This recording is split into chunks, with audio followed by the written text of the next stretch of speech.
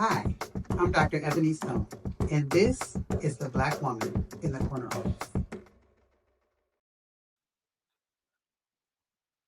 Hello, hello, hello, and welcome to the Black Woman in the Corner Office.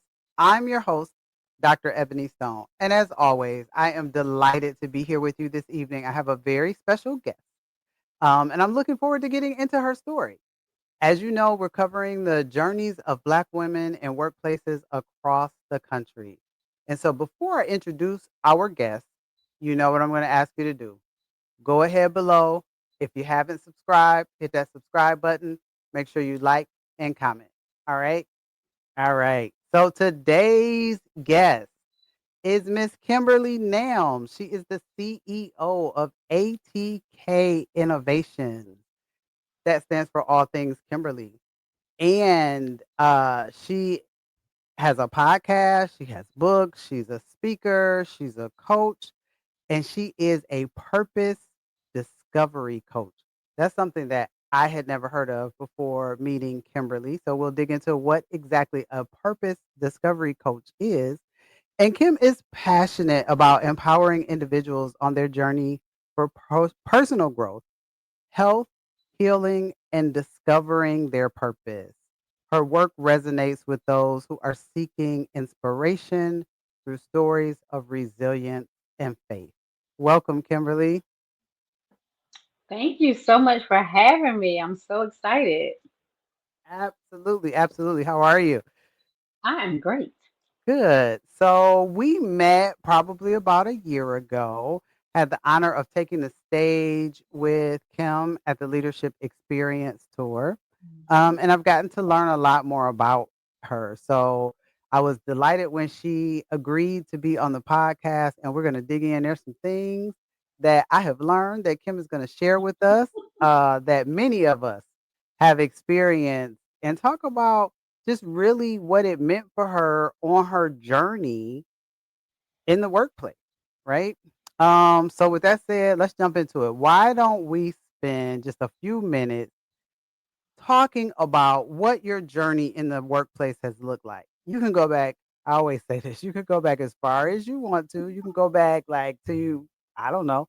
I've had guests say, "Well, I started working when I was 14," or you can start after, you know, whatever time you find significant. So tell us a little bit about your career and what that journey looked like. Okay, absolutely. So I like to start. I did start working when I was 15, actually. So I've been working a long time. I'm tired now. I need to go ahead on and retire. But I started out in healthcare, ironically, and I've kind of stuck with that career field for a long time. I started doing home health care, and I was like doing it with I had a couple of clients at the home, and then I ended up going to work at the hospital. I've worked at several hospitals since then, and this was maybe what 19. Oh Lord, I'm telling my age, Lord. All right. 1995, 96. Listen, why did I see a shirt today on a post that said "Be patient with me. I was born in the 1900s." Oh God, not the 1900s. And I'm like, "Well, I was born in the 1900s. It's crazy that Not that the, seems oh, so long ago." And I'm like, "I was it born in the does. 1900s. That was not that long ago. 1974 for me was not that long ago." But Girl, yeah, it's been a while. I feel like we done put in our time, honestly. See, yeah, you think about it, it's been a long time. I'm serious. But yeah. yeah, so I've been in healthcare for over 24 years. I've done patient care, I've done data entry, I've done revenue cycle management for the last 10 years, plus medical coding and billing.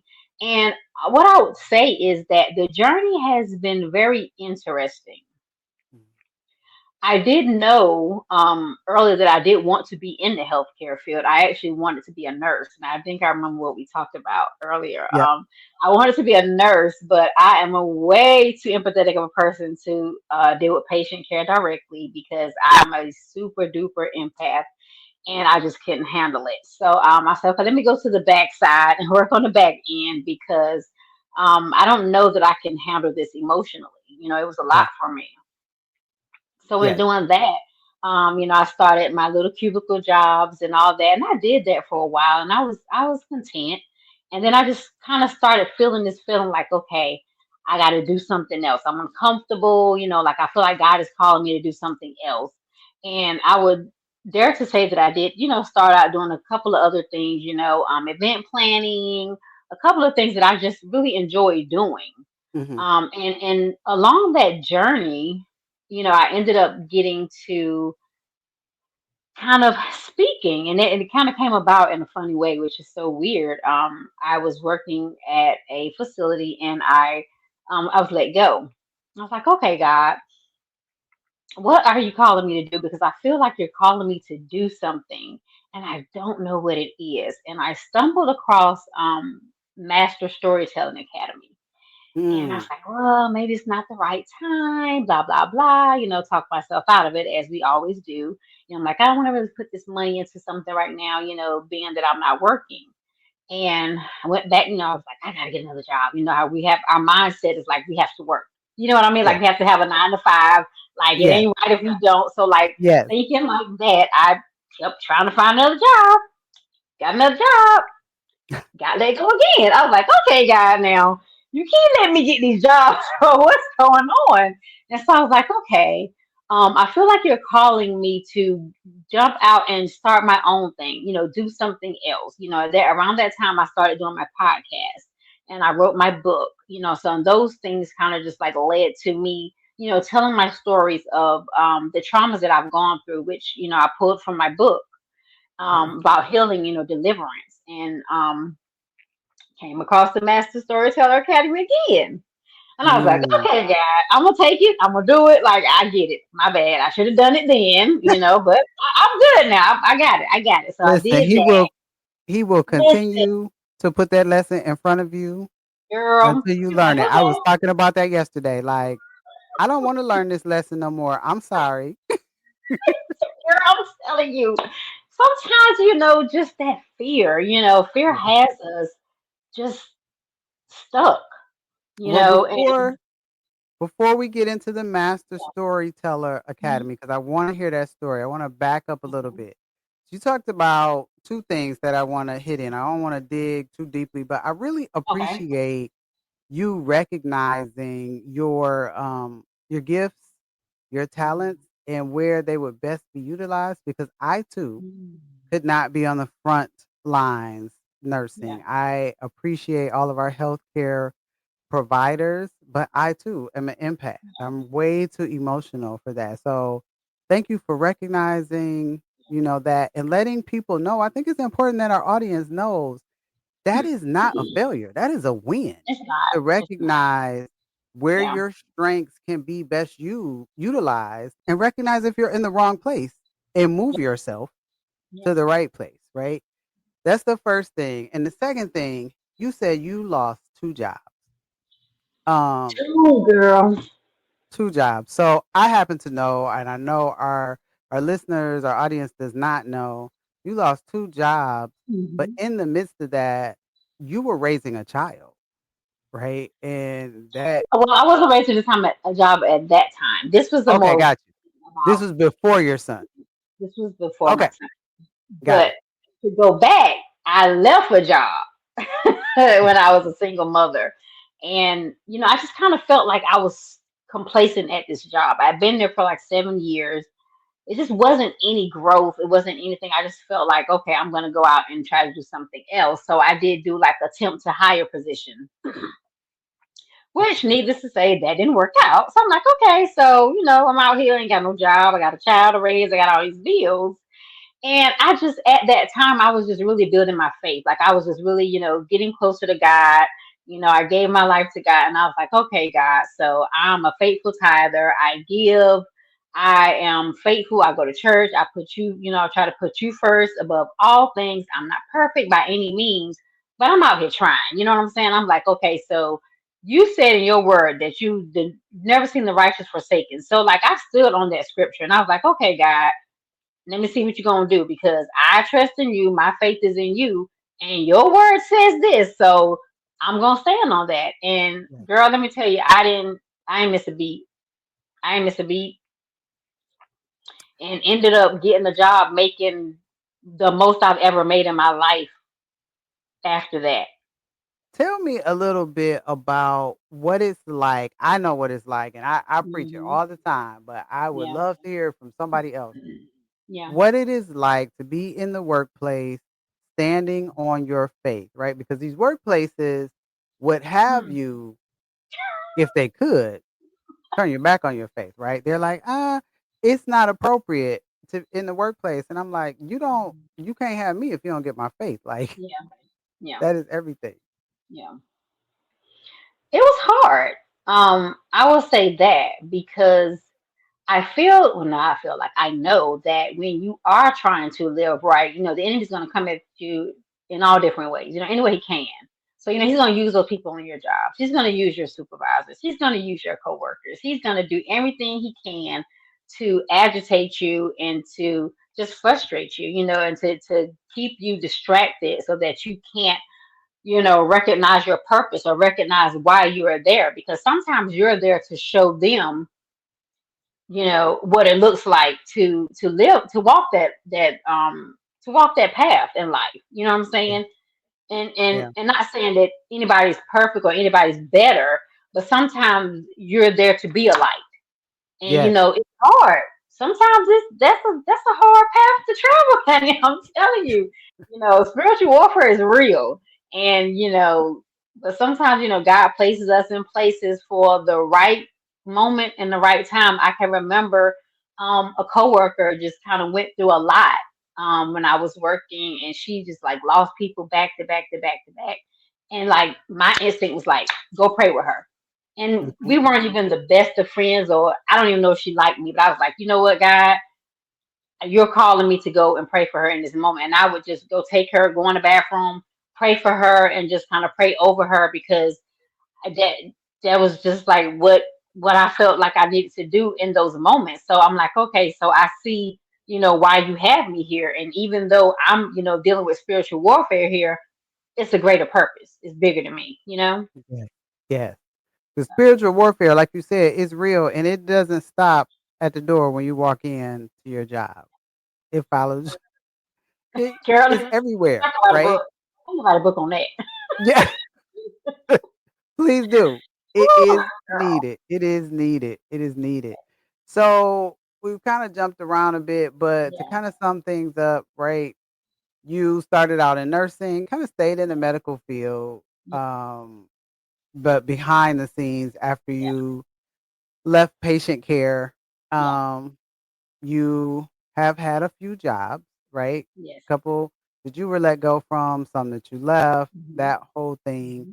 What Yeah. would you say was the biggest obstacle for you as a Black woman in these workplaces, especially in healthcare? Ooh, ooh, that's good. I think it's hard for us because when I look back over my corporate experience, as an African American woman, it's hard just being a woman in the workplace in this day and time. You have the males, and then you have, you know, other race, and then you have us. It's like we're at the bottom of the totem pole. It feels like, and it Yes. just feels like we're constantly fighting and struggling for our place, for our voice, and to be heard and to be respected in the workplace. Mhm. So that's a struggle that I've often had. I will say I know God has called me to speak because I was always a talker in school. Like I would always get in trouble for talking. Like I'm like, no, the Lord called me here to talk because Yeah. clearly I've been doing it all my life. So I'm like, He gonna say something through me. It's something that He wants me to say. So I just really had to find my voice and stand on that and not allow people or situations to intimidate me or to cause me to back down.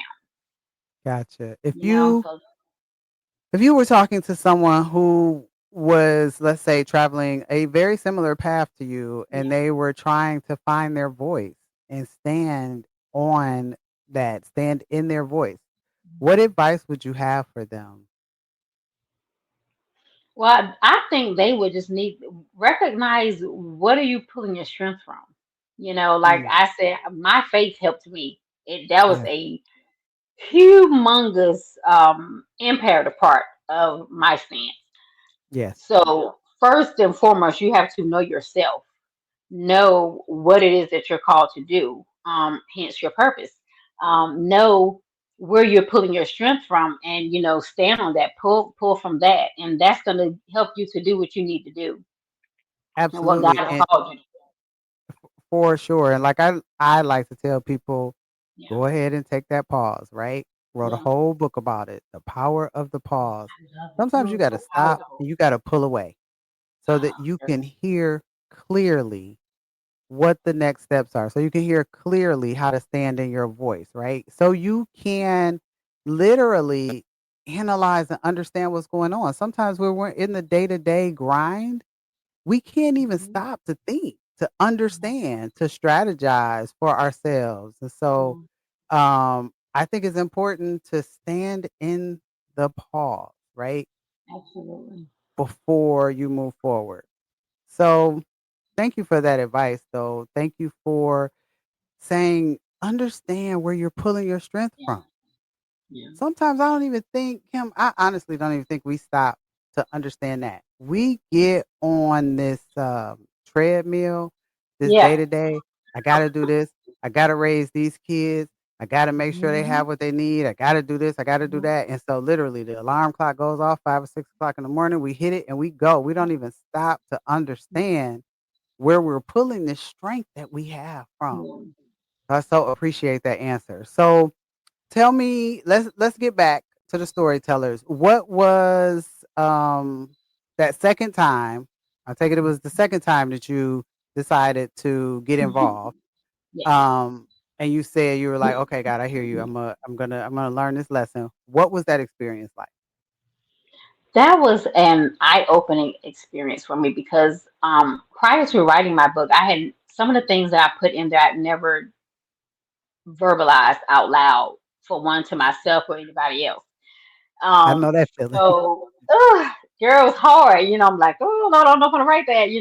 Yeah. Um, so it was eye-opening and it was healing for me.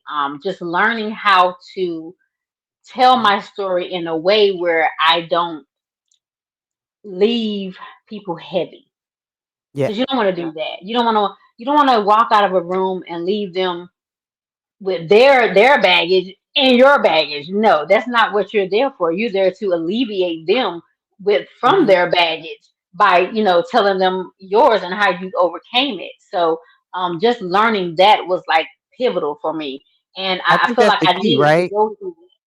I'm Yes, sorry. I'm sorry to cut you off, but I yes, think that's the key. You gotta tell your yeah. story. People can't be out here believing like Kim just got it all together. She ain't never had a Girl, she problem. don't. Ebony ain't never had a problem. I gotta tell you the story, but then I gotta tell you how I overcame. But then, Right? That's the key to it. So you don't yeah, leave with my baggage and yours, yeah. as you said. You don't want to trauma dump. That's the word for it. You don't want to Yes, trauma dump. That's not good. But yes. you do have to tell your story because your story is not only for you, it's for somebody else. Just what we go through is rarely for us. It is mostly for us to help other people overcome. But Yes. you have to know how to do it, you know. Yes. So that I learned a lot in doing that. And shout out to that because that then led to me speaking for the first time in Maryland at the Refueling on Fire with Dr. Marcia Whitaker. That was like my first time on stage. I mean, I've been on stages and public Yeah, yeah. speaking in different, atmosphere environments like, church and corporate and things like that. But as far as getting on a stage in front of a room of people and being vulnerable, Yeah. that was my first time doing that. And it was really, really emotional for me because telling my story that I told, uh, you don't know how people are going to take you. People are very judgmental. They can be like, oh, well, you shouldn't have done that, or if you hadn't done this, or, and the enemy beats us up enough. We don't need that. You know what I'm saying? We Right. already have condemnation from him. So we don't need that from our peers or people that we're trying to, help. So it was just a breaking moment for me, I will say. I love that. I love that. And I love that you were able to do it with Dr. Marcia. Listen, I Yeah, am a huge believer in Black women supporting yeah, each other yeah, because, like you said, we don't need the judgment. The world is judging us enough, right? Yes, I heard it once absolutely. said that we as black women, some of our Mm. counterparts who are not black women are Yeah. judged by their biggest success, right? And they get to Ooh. ride that success. We as black women are judged by our last success or failure, whatever that was. So Mm. I can accomplish whatever I want to accomplish. I can Yeah. make Yeah. one mistake and the Yeah. world starts judging us. So we need our sisters building us up. We need Yeah. folks saying things like our last conversation when you were like, Mm. Ebony, I hope you get back on stages. And I was like, oh, I'm coming back. I'm coming back. I Yes, just got some things going on, right? But we girl. need to hear Yeah, we do. those types of things. We need to hear them not just from anybody, but from our That's sisters. true. So I'm so glad that that was kind of the turning point for you and you were Yeah. able to do that in that space because she is such Yeah. a inspirational Yeah. person, but Yeah. that's not the word I'm looking for. Empowering, Um motivating. Empowering. She is extremely Yeah. empowering. Yep, Yeah. that's Yeah. the word because you can inspire anybody, but Absolutely. very authentic as well. Yeah. Yeah. Yeah, Yeah. yeah. Yeah. So Huge. I'm sensing that's kind of when this you start Yeah. dipping your toe off into Yeah. entrepreneurship and Yep. the stamina is not the word I'm looking for. Momentum. Momentum. Thank you. Okay, y'all, listen. Hold on one second. Just before we started this podcast, we were talking about perimenopause, and I'm gonna Girl, tell y'all, it it's will take the real. words right out your Yeah. brain. Like it will take the But you know words right what's so out. funny? I be around the house, be like, oh, what's the word? I'm like, babe, you know what I'm talking about? Da da da da. What's the word I'm looking for? But I'm helping you, but I can't help myself. Look at that. See what I'm talking about? You can't help myself. But I'm here. Listen, I got you. appreciate it. We're gonna have to do a whole interview with somebody, some Listen, expert on perimenopause because didn't nobody tell us about that. I need But something. I need a momentum, cure. I need a cure, girl. I'm telling you, I can't handle it. right? Ugly. Momentum is the word I was looking for. I'm Yeah. sensing that's when the momentum Yeah. in the entrepreneurial realm started for you. Yeah. Yeah. And I Okay. kept feeling like I was like, okay, like I feel like God is calling me to speak. And I was like, and so my sister, and I'm, hearing this, but see, I'm a person where I'm like, okay, I feel like God is saying this, but Lord, are you really saying this? Show me, like, give me confirmation. Like, I want to make sure, you know what I'm saying? Because Yes. you gotta try to make sure you fine tuning that ear. So I was like, Yep. okay. I was telling my husband, I was like, man, I feel like God is calling me to speak. Da da da da. I did Storyteller Academy. I kept losing the jobs, and then I, speaking on the stage. And even before that, I had a dream where I was speaking on the stage, and I was like, okay, God, okay. And so I Mm. kept hearing it, and my sister reached out to me. I was like, and she said, I can't remember her words verbatim, but basically, God told me that you're gonna be speaking to. I said, girl, I said, you know what, you ain't don't even say nothing else. I already know. That's confirmation I needed. I was like, Yeah. I got it. I'm on it. I'm on it. So I was like, okay, guys. So I'm hearing clearly. Because I really like to make sure that I'm doing that. In all things because Okay. I ain't got time to be wasting out here. Listen, life is short, and I want to Yeah. make sure that I'm on the path that He has me on. So, Yes. Yes. yeah, Yes. So you got into speaking. You wrote a book. You're yeah. speaking. You got a podcast. You're coaching. How about you tell our audience all about what Kimberly is doing now? Right. You were in the medical field, but what are Yeah. you doing now in the Well, entrepreneurial realm, and how can they get in touch with you? um, so I am still, fortunately and unfortunately, I'm still in the medical field until the Lord pulls me out. I'm ready, Yeah. Lord, anytime. But yeah, I just kind of like feel like I've been called to, help people to get over their traumas, to like deal with their traumas, get healed, get delivered. Because in our community, therapy is such a stigma. People look Oh at my therapy goodness. as such Yes. a bad thing. But honey, let me tell you, therapy will bless your life. You Yes, know, it will. I'm a firm believer. You need Jesus and therapy. I believe in both because He put them here to help us. So we might need to Yes, utilize that. And yes. it was life changing for me because in writing my book, I things I didn't even know I was dealing with, like kind of came up to the surface.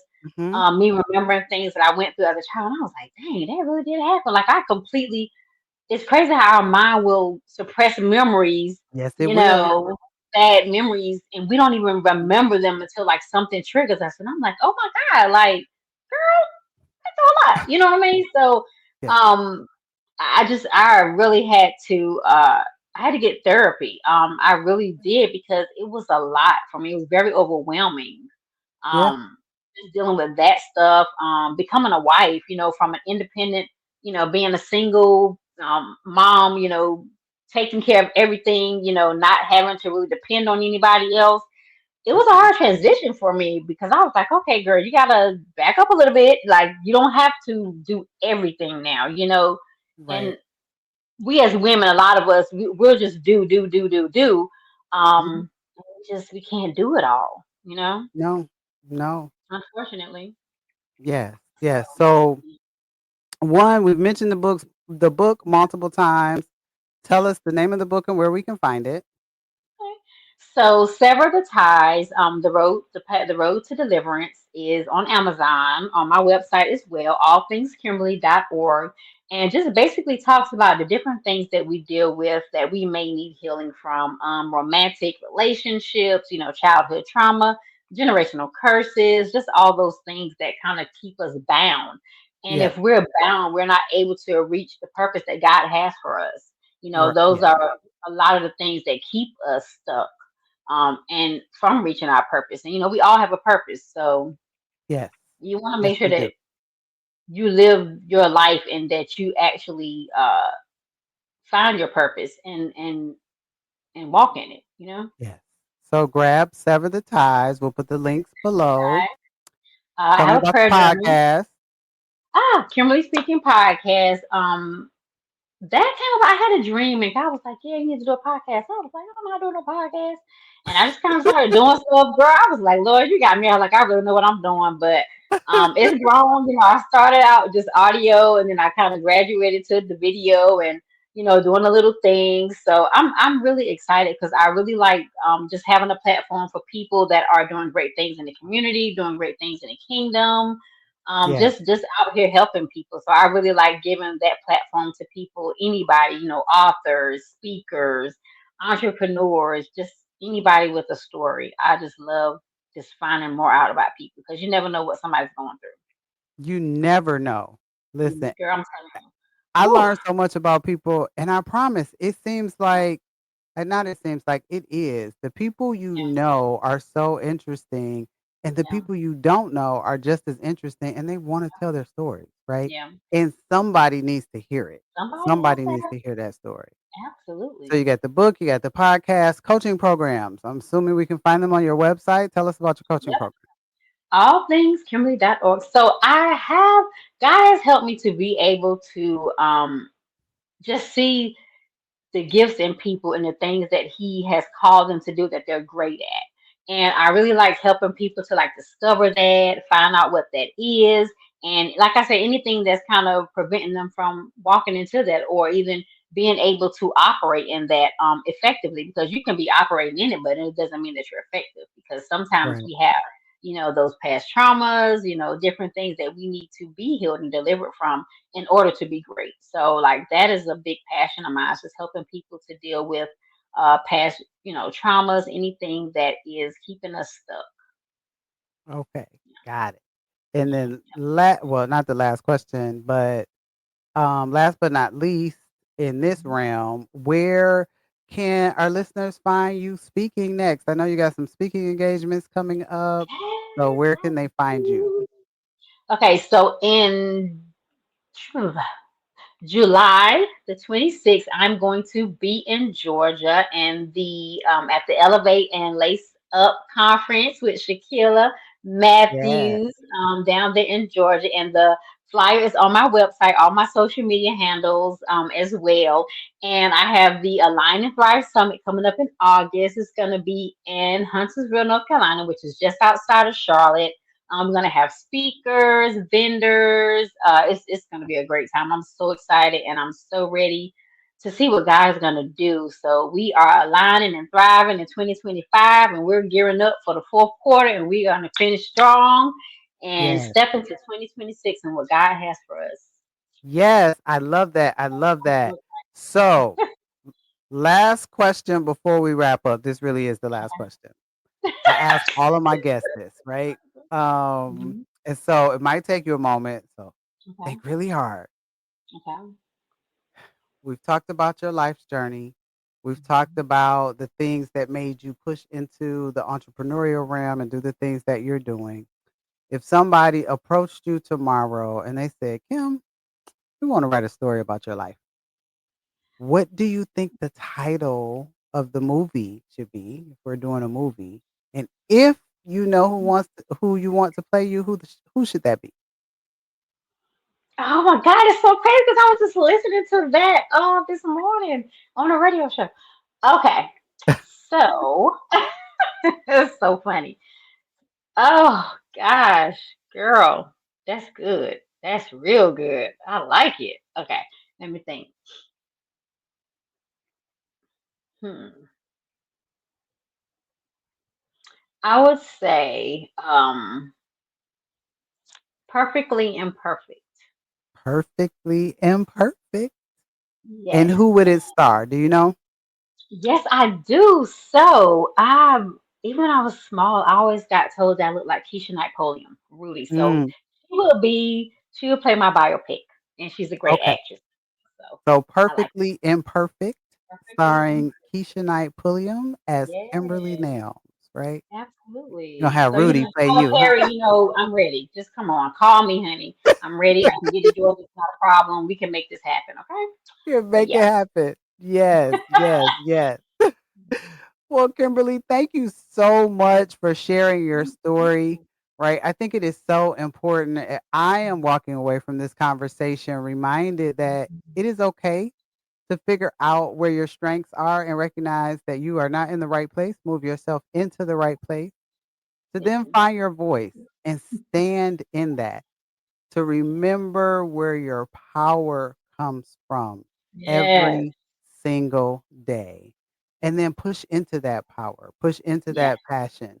Because spiritual warfare is real Yes. and it is everywhere. But when you remember where your power comes from, when you Yes. remember that you are here and that you are assigned a purpose, Yes. then you can handle anything. So Absolutely. I absolutely thank you for being here. We're going to put all of your information in the show notes below. I wish you the best of luck in all your upcoming ventures. I'm looking forward to seeing you speaking in those events or at least seeing Thank some clips from you. them. And to all Yes. of our listeners, until next time, you know what to do. Keep spreading that black girl magic on everything you do. We'll talk to you soon. Thank Bye, you. everybody.